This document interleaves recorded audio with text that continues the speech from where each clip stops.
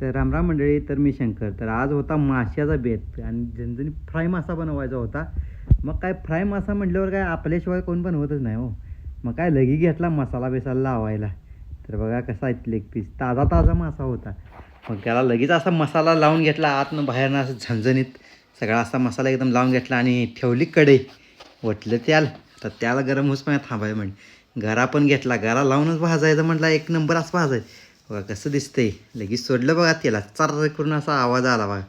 एक नंबर असा मासा होता. आणि असं ताजा ताजा फ्रेश मासा म्हणलं की खायला एकदम भारी वाटतो. मग काय लगेच तळायला सोडलं.